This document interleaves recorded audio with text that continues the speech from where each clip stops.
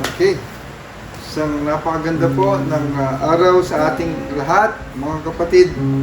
Namin na nagpupuri at nagpapasalamat sa ating Panginoong Yesus. Isang napakapagpalang araw po at mabiyayang araw sa ating lahat. Sa muli, sama-sama po nating alayan ng papuring awit ng ating hari sa kanyang tunay na pagmamahal. Siya lamang ang sukdulang umibig sa ating lahat. Sige po, kawitan natin ng Lord. Thank you, Jesus. Marami bang nagmahal sa akin ang tulad mo? Pag-ibig mo'y wagas at di nagbabago. Natunayan mo ito sa krus ng Kalbaryo. Kaligtasan sa'yo ay natamo. Yes, Lord. Hallelujah. Ang tanging pagmamahal, ako ay natubos sa kasalanan. Sasambahin kita at pupurihin ka bilang tanda ng ating pagmamahal.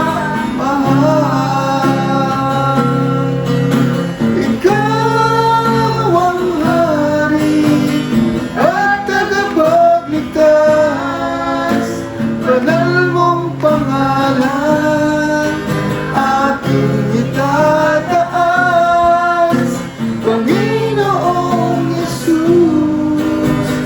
Aming Diyos, iaalay sa'yo aming lakas. Yes, Lord. Hallelujah. Walang ibang nagmahal sa ating ang tulad mo. Pag-ibig mo'y wagas at di nagbabago. Natunayan mo ito sa krus ng Kalbaryo. Kaligtasan sa'yo ay natamo. Dahil sa'yo tanging pagmamahal, ako ay natubos sa kasalanan. Sasambahin kita at pupurihin ka bilang tanda ng aking pagmamahal. Ikaw ang hari at tagapagligtas, banal mong pangalan aking itataas, Panginoong Yesus. Aming Diyos, iaalay sa'yo aming lakas. Iaalay sa'yo aming lakas. Iaalay sa'yo aming lakas. Yes, Lord. Hallelujah. Sige po, alahan natin pananalangin ng ating Panginoon.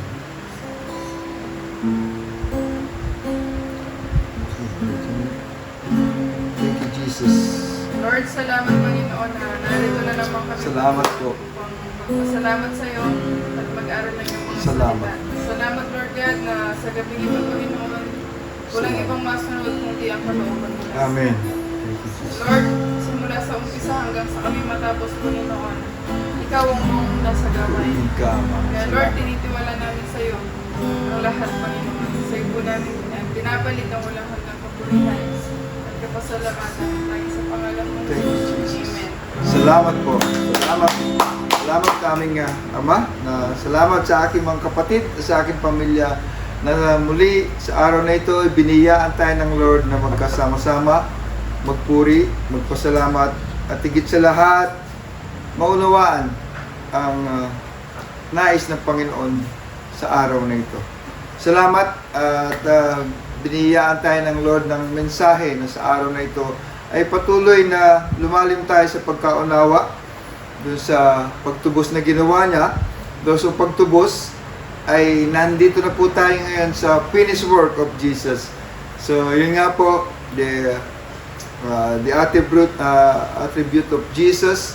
There is only one attribute of Jesus is to do something just for us. Dahil sa sobrang minahal po talaga tayo ng Lord. At yan lang po, ang isang katangian lang talaga ng ating Jesus, ng ating Kristo, ay sobrang minahal po niya tayo. Sabi nga sa awit, walang ibang nagmahal sa atin, only Jesus. Kahit sa mag-asawa, hindi sapat ang love ng bawat isa, kundi talagang sa bawat pag-ibig na namumutawi sa pagbibig at salita ng ating Panginoon na ginawa niyang lahat ng ito. So yun nga po, natapos natin yung topic about sa pagtubos na ginawa ni Kristo. So ngayon nandito na po tayo sa realidad ng lahat ng ginawa niya.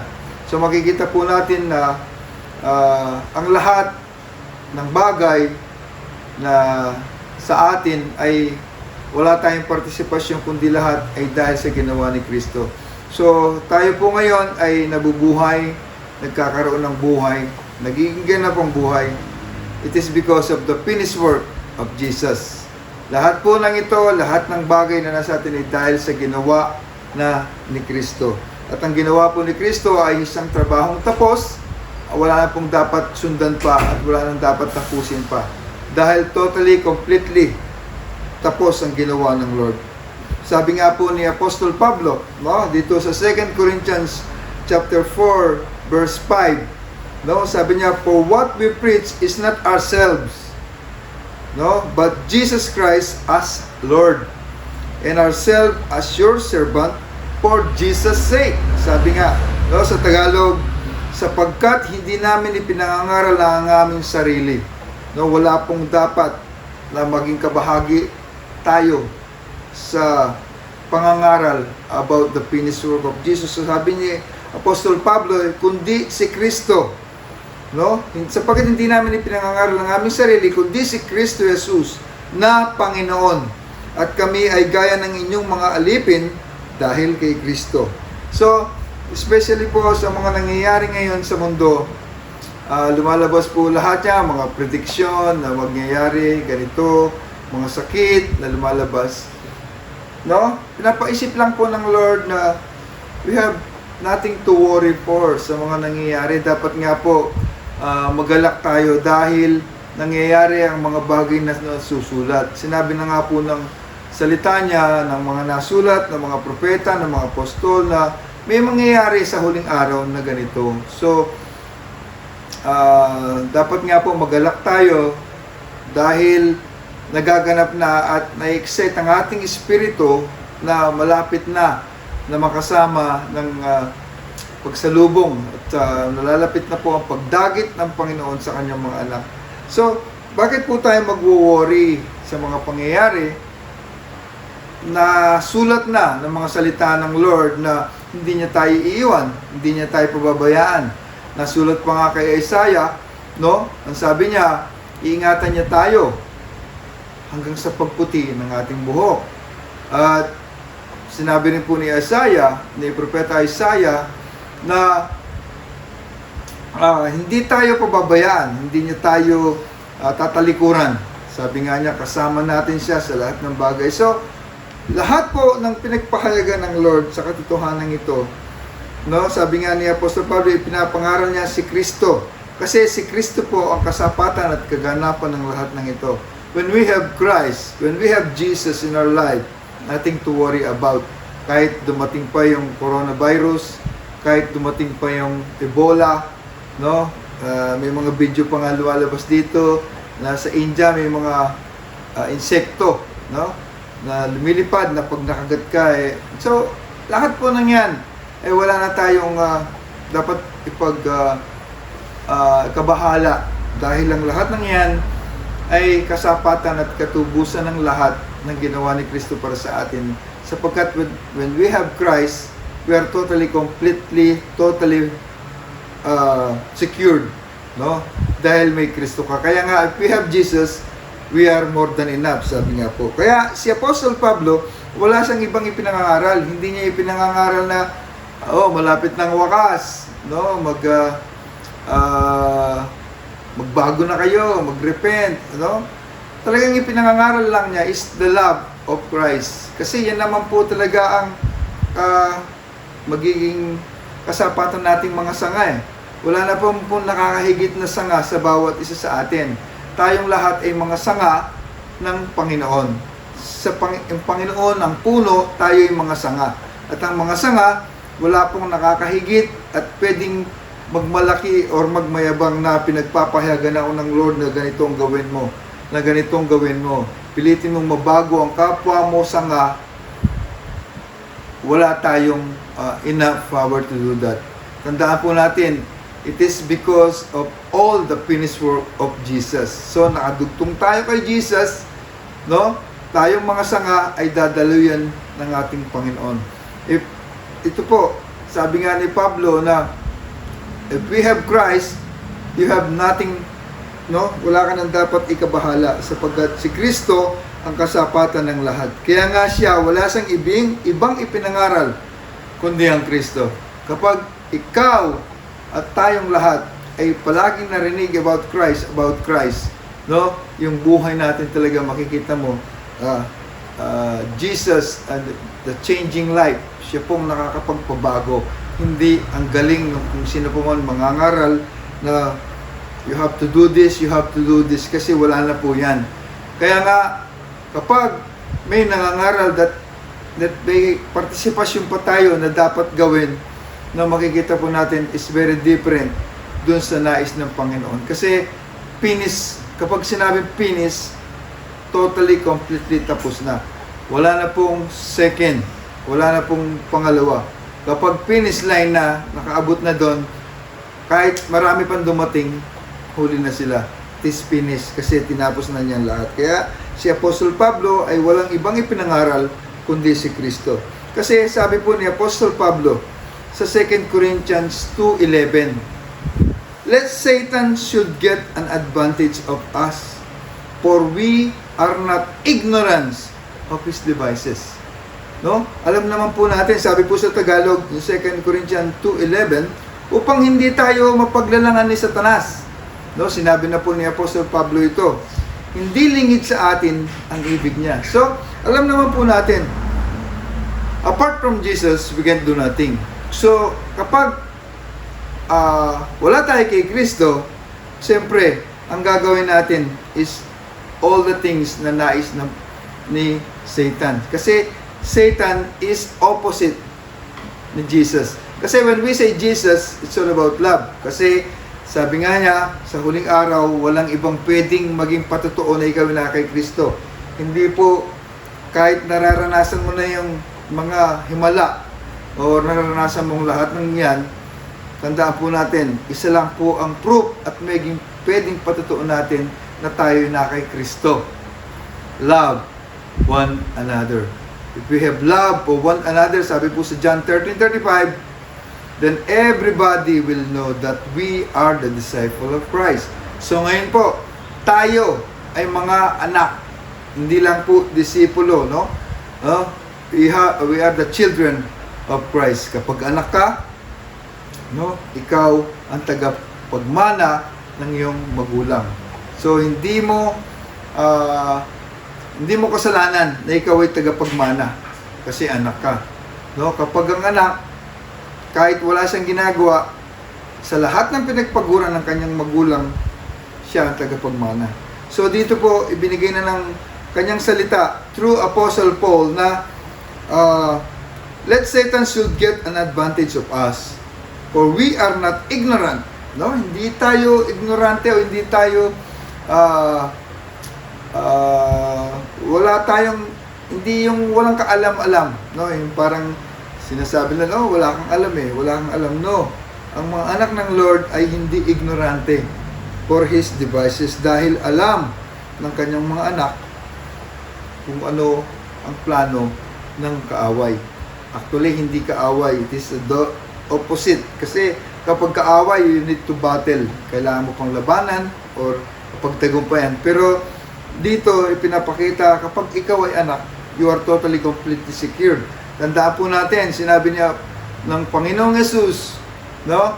Ang sino mang nasa kamay niya, hindi na po pwedeng galawin yan, hindi na pwedeng anhin pa ng dyablo. Tandaan po natin, nagkakaroon po kasi ng ibang kaisipan ng iba dahil sa katuruan na ninanais ng bawat sanga na ito ang mga salita, ito ang dapat gawin, no? Meron pa kasing partisipasyon na dapat gawin. Kaya malinaw na malinaw po, makikita mo na ang mga hindi tunay at hindi totoo if they are preaching to do something. Kasi dito po sa pinag-aaral natin, it is finished.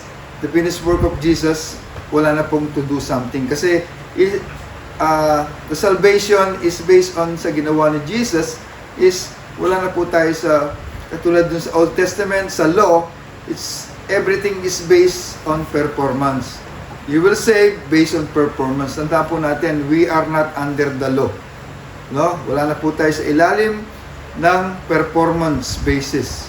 Nandito na po tayo sa ilalim ng biyaya. Kapag sa ilalim, ikaw ay nakababad. Kapag babad, kumbaga sa tubig, nababad ka sa tubig, ikaw ay basang-basa at talagang totally, completely balot na balot ng biyaya ng Lord. Kaya nga, sinabi ni Apostol Pablo, upang hindi tayo mapaglalangan ni Satanas, tandaan po natin, ibig sabihin ng kasamaan, hindi lingid sa atin ang ibig niya. Kasi opposite from Jesus is love, ang kabaligtaran niya, hate. Kaya nga po, kapag ang naiisip natin o gagawin, kahit alam po natin na ginagamit natin ng mga Word of God, kapag hindi love ang sandigan at basis, nakikita niyo na po na hindi ito ang ibig ng Lord. Kasi ang ibig lang ng Lord, love one another. So, ano pong ginawa ng mundo? Dahil nakakakilos ang masamang espiritu, na pag-away-away po niya ang tao, iisa ang gamit, the Word of God. Kaya nga sabi ng Lord, in these last days, maging matalino. So, paano ka magiging matalino kung ang ginagamit mong pamamaraan ay sarili mong pamamaraan? No, makikita po natin dyan, yung matalino, yung wise man is rooted and founded from the Word of Christ.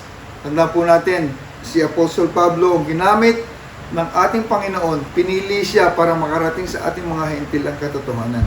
At tandaan po natin, sinabi na ni Lord, you will see the truth, and the truth shall make you free. Kasi, ginawa na ang lahat ni Kristo. So, paano po tayo mapaglalalangan ng evil?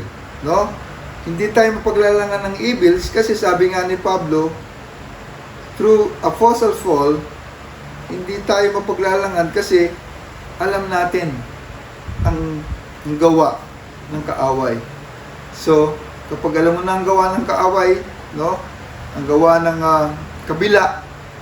So, paano pa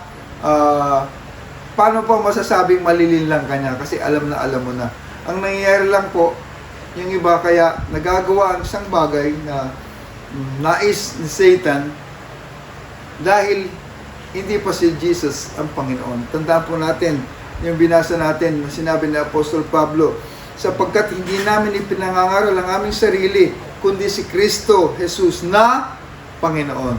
When we say Jesus is Lord, we are under His authority.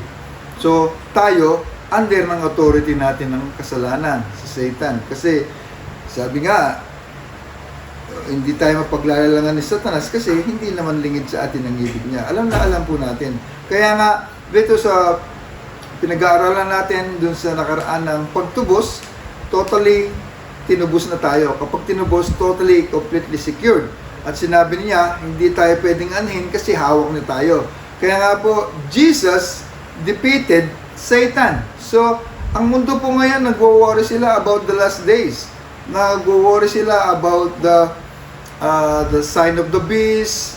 Pinag-aaralan nila about yung coronavirus daw, yung pagsaksak ng vaccine is the sign, no?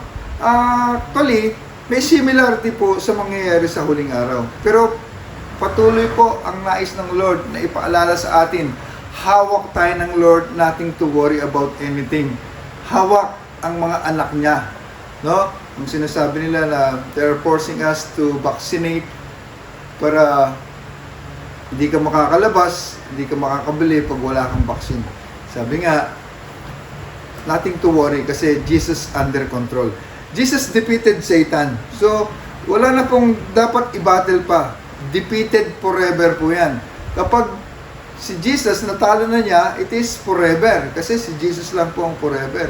Kaya wala tayong maging dapat ikabahala. Kasi bilang anak, alam mo na hindi ka pababayaan ng iyong ama. Ang ating ama, ang ating Diyos, ang ating hari na mga pangyarihan, hindi niya po tayo pababayaan. Kaya, wala po tayong dapat ikabahala. Katulad lang po yan ang nangyari sa Egypt, no? Nung dumating yung salot, hindi included ang mga anak ng Diyos. So, lagi po natin tandaan, Satan is totally defeated and he was defeated forever. So, wala pong kakayahan ang evil, no? Wala siyang kakayahan na enough power to control us. Nangyayari yan ay dahil ina-allow lang natin. Tandaan po natin, Satan is not a God. Satan is not a creator. And Satan is under beneath our feet. Yan po ang tatlong pinaisip ng Lord na dapat mangibabaw po sa atin. Satan defeated forever. So kung ano pong nangyayari ngayon, all we have to do is thank you, Lord. We have to thank God for everything kasi we're in good hands. Nasa hawak po tayo ng kamay ng Lord. Sabi po niya sa John 10:28, 10:29 po, no, ng John, ang Ama. No? Ang Ama, ang Anak, ang may hawak sa atin. Kung titingnan lang po natin ng kabuuan ng knowledge and understanding, ano pa po ang dapat natin ikabahala? Hawak tayo ng manlilikha. Napakalakas naman po natin kung tayo ay makaalis sa pagkakahawak niya. Napakalakas naman po natin kung tayo ay makakaalpas pa sa protection ng Diyos. No? It is impossible that things that will happen because we are in the God's hand. So, wala po tayong dapat ikabahala. Kaya, kung maalala nyo lang po, no, hindi ko lang maalala yung verse nung sinabi ni Jesus, ang pagkatakot ay bunga ng isang sumpa. No, kaya po nagkakaroon ng takot ang tao is na i-divert the Satan yung kanyang takot. Kasi po ang totoong may takot ay si Satan. Na i-divert lang po niya ito sa mga nakokontrol niya. At tandaan po natin, Satan has not enough power to do that. Nangyayari lang po yan dahil sa isang katangian niya. Nakakapandaya lang po siya. Kaya nga, dito, ini-impose ni Lord sa atin, Satan is not a God, so we have not to worry kasi He's under beneath our feet. Nasa pang-ilalim lang po ng ating control siya. And is not a creator. Walang po nating isipin na kaya niyang manlikha, kaya niyang gumawa. No? Kasi kalimitan sa mga Kristiyano nga, na turingan, na sinasabi, oh, eto na naman si Satan. Kinokontrol na naman ako si Satan. No. Wala pong kakayahan si Satan. Nangyayari lang po yun is we allow. Okay? So, because of the finished work of Jesus, all these things ay nasa atin na po. Kaya nga, napakasarap sa piling ng Lord kasi patuloy niya tayong tinuturuan. Kasi, sabi ni Apostle Pablo, hindi tayo pwede linlangin ni Satanas kasi alam natin ang kanyang gawa. Ano lang po, iisa lang po ang katangian ni Satan eh. Kung si Jesus, iisang katangian niya na sobrang minahal niya tayo, si Satan po, deceiver lang naman siya eh. Dinideceive lang po, nanlilinlang lang. So, sa mga nanlilinlang, especially ngayon, ang pinipreach nila about end times. No, hindi na po natin dapat pagkaksayahan pa ang end times dahil sa ayaw at sa gusto natin mangyayari yan. Sinabi na po ng Bible. No? Heaven and earth will pass away, but the word of God is forever. Kasi wala ang langit at ang lupa, pero yung isa man sa kanyang salita ay hindi po mapapawalang bisa. Kaya instead na focus ang tao about the end times, no, sabi ni Apostle Pablo, wala kaming ibang pinangangaral kundi si Yesu Cristo. It's all about love. You have to preach, you have to share Jesus, the love of Jesus, the finished work of Jesus. And then, sabi nga niya, we are not under the law, we are under the grace of God kasi yung biyaya ng Lord ay unexplainable. Hindi mo kayang ipaliwanag ang kahulugan ng katotohanan ng kanyang biyaya sapagkat ang biyaya nakaka-overcome ng lahat ng bagay. No? Isang katangian lang po, sabi ni Pablo. No? Hindi tayo malililang ni Satanas kasi isa ang katangian niya. Manlinlang lang. So, napakadali po at napakabisa talaga ng salita ng Lord na siya magpapaunawa sa atin. Sa ating buhay, sa ating kakayahan, no, about in this, talagang totoo naman po talaga that we are living on the last days, but hindi po dapat i-focus ang ating isip, ang ating pag-aaral patungkol sa huling araw, no, kasi nasa kamay po ng Diyos ang lahat ng yan. So tayong mga anak ng Lord, tandaan po natin, yun lang po palagi nating isipin, tayo mga sanga at nating to worry. Kasi nakadugtong tayo kay Jesus. Jesus, siya po ang bahala sa atin. So, hindi mo napapansinin, no? Yung sinasabi nga ng Bible, resist the devil and he will flee from you. No, hindi po niya sinabi to fight the devil, to fight the evil works and he will flee from you. No, sinabi po niya resist. No, mali nga po yung pagkaka-translate sa Tagalog na labanan ang diablo at lalayuan niya kayo. Kundi po, huwag mo lang pansinin. Huwag mo lang pansinin kasi hindi mo na siya dapat pansinin. Dahil iisa lang po ang nais ng Lord sa atin. Katotohanan ng buhay, ang buhay ang katotohanan na ibinigay ng Lord sa atin. Sabi po niya sa Genesis 2:17, but of the tree of the knowledge of good and evil, you shall not eat, for in the day that you eat of you surely die. No? Kaya nga po sinabi ni Apostle Pablo, napakadali na makita mo na mga evil work. Kasi dito, opposite na naman po. Sinabi ng Lord, nung kay Adan at kay Eva, pag kinain nyo to, mamamatay kayo. Pero binaligtad po yan, no? ng kasinungalingan dahil nga nagdi-deceive lang siya. No? Sinabi niya, kapag kinain niyo to, hindi kayo mamamatay. Dito sinabi ng Lord, you'll surely die. Pero ang sinabi nung dun sa pagtutukso kay Adan, sinabi niya ay hindi ka mamamatay. So, napakadali po. Totoo po yung sabi ni Apostle Pablo na lest Satan should get an advantage of us. Kasi napakadali po, for we are not ignorant. Hindi po tayo ignorante. Sinabi nilang Lord, lahat ng nasa kamay ko, hindi niya pwedeng anhin pa ng diablo. So sa mundo po, nagwo-worry pa rin dahil iniisip nila na baka ganito, baka ganyan, baka ganyan. Tandaan po natin, we are in good hands. Nasa kamay po tayo ng Lord. Wala po tayong dapat ikabahala sapagkat siya at totally defeated na po si Satan. So, katotohanan po ay nasa atin na. So, ang katotohanan ito ay ibinigay na, no?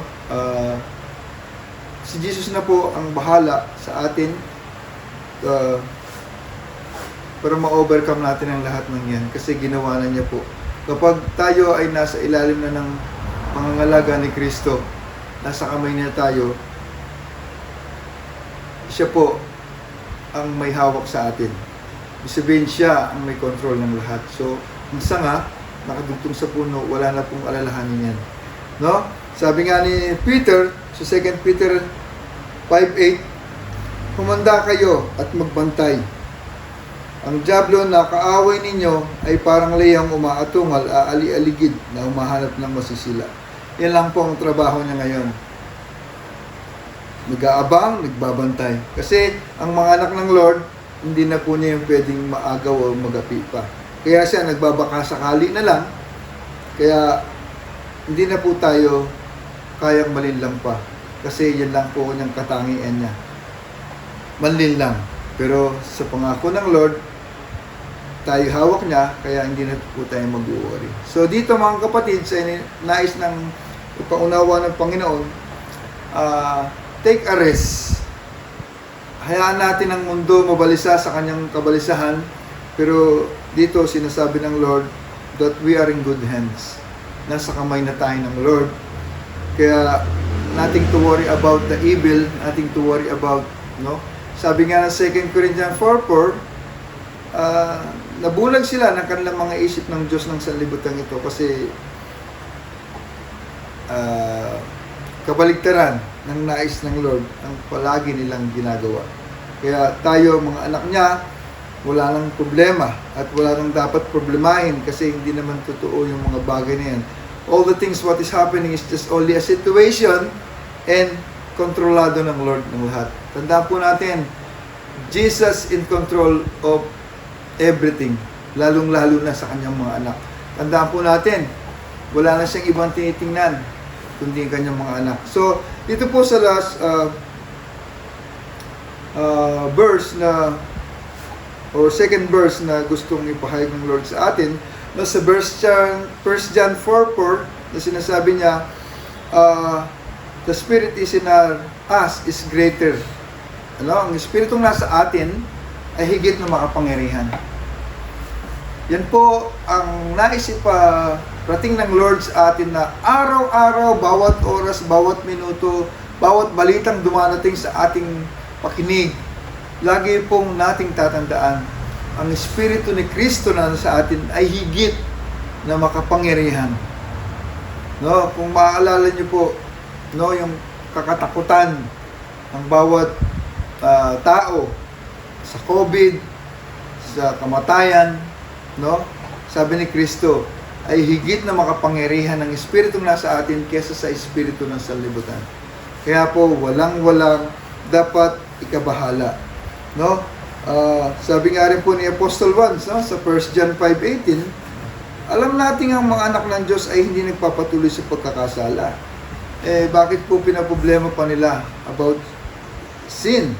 Sabi niya, sapagkat iniingatan sila ni Yesu Kristo at hindi sila maaaring anhin ng diablo. So, napakapalad po natin mga kapatid, no, hawak tayo ng Lord at siya ang bahala sa atin. Palagi niyang sinasabi, ang sanga ay hindi makakapamungan ng kanyang sarili dahil ang sanga ay manggagaling sa puno. So, wala po tayong dapat ikabahala. Tayong lahat ay nasa ilalim ng pangangalaga ng Panginoon.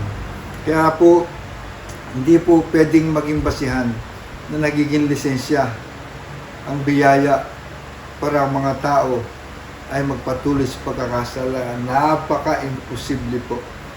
Sinabi nga po niya rito sa 1 John 5:18, alam nating mga anak ng Diyos ay hindi nagpapatuloy sa pagkakasala sapagkat iniingatan, hindi po sa gawa mo, hindi po sa plano mo na hindi ka na magkasala, hindi po.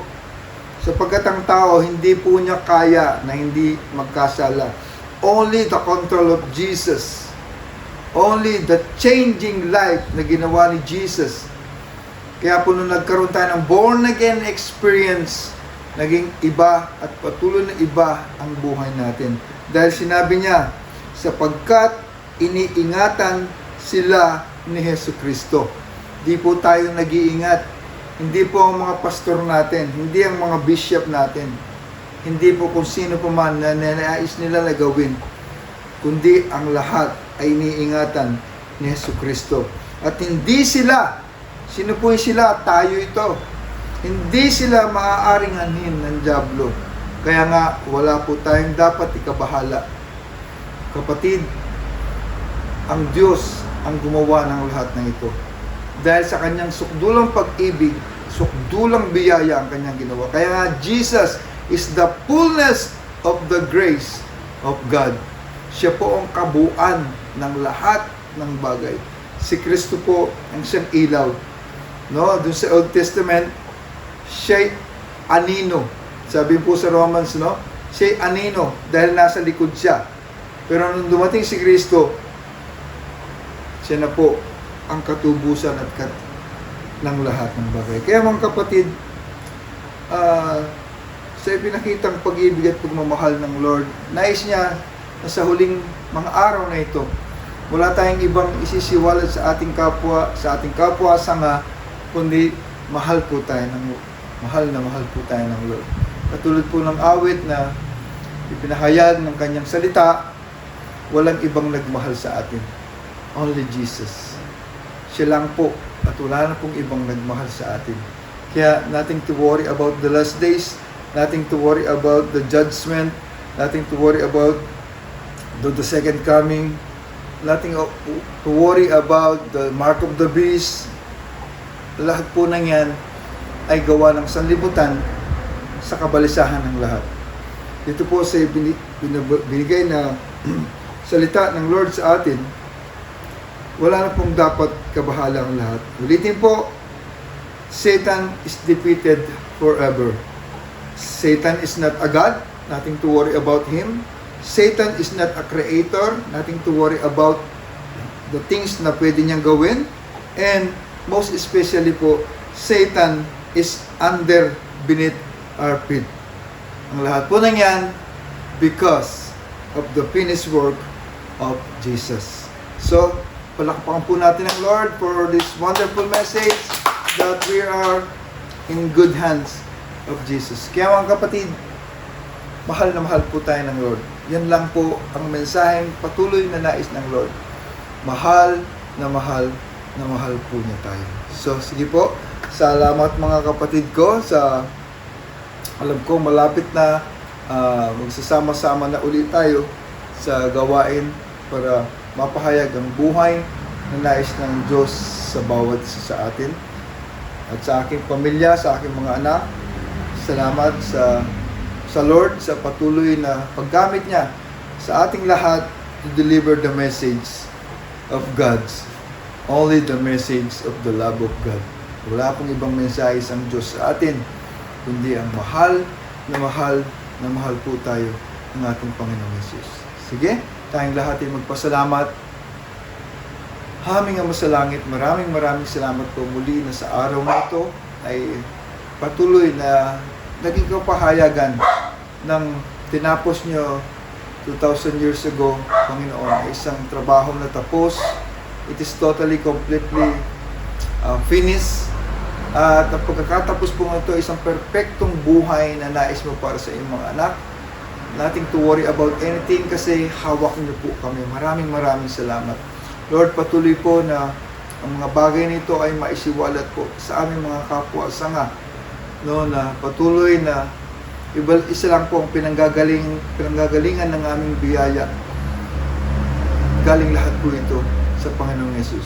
No, kung titingnan po namin ang parable of the tree, Panginoon, that sinabi mo, kami ang sanga, ang Panginoong Jesus ang puno. Kung makikita po namin doon that the Father is the gardener po. Oh, wow, how completely, totally secured po talaga ng puno. Kahit po anong bagyo, anong dumating ay hindi na po matitinag kahit isa man sa anumang sanga ng puno. Kasi bukod sa puno po ang pinagdudutungan ng bawat sanga, ang hardinero po ay ang Creator, ang aming Ama sa langit. Kaya maraming salamat. Kaya po pala totoo ng mga anak ng Lord ay wala ng ibang panalangin kundi ang salamat. No, we are not on the begging prayer, hingi dito, hingi dyan, i-pray to this, i-pray that, kundi all we have to pray is, thank you, Lord. As what Jesus prayed, no, katulad po ng mga bagay na nakita namin na nakasulat. Si Jesus, walang pinalangin sa Ama, kundi ang maraming salamat. No? Kaya po, Lord, maraming salamat sa aking mga kapatid, sa aming lahat, maraming salamat. Wala po kami ibang masabi sa iyo, kundi ang maraming salamat. Kaya Lord, thank you. We are what we are for what your plans to all of us who we are, Panginoon, ang siyang maganap. No, mangyari po ang bagay na nais mo para sa amin. We are what we are for what your word says who we are. And we are what we are for what your plans to each and every one of us, Lord, ang siyang mangyari. Kaya maraming salamat po sa pagkakaisa ng bawat isa sa buklod ng pag-ibig. Wala na pong pwedeng maghiwalay sa pag-ibig mo sa amin kasi minahal mo kami noon, minahal mo kami ngayon, and it is forever. Mahal na mahal mo kaming lahat. Kaya Ama, binabalik namin ang lahat ng kapurihan, kapasalamatan. Ang lahat po ng ito, Ama, sa napakamakapangyarihan at napakatamis na pangalan po ng inyong bugtong na anak na nagligtas sa amin sa kasalanan. Lord, in Jesus' mighty name we pray. Amen and amen. Hallelujah. Thank you, Jesus. Thank you po. Maraming salamat. We are all blessed. Thank you,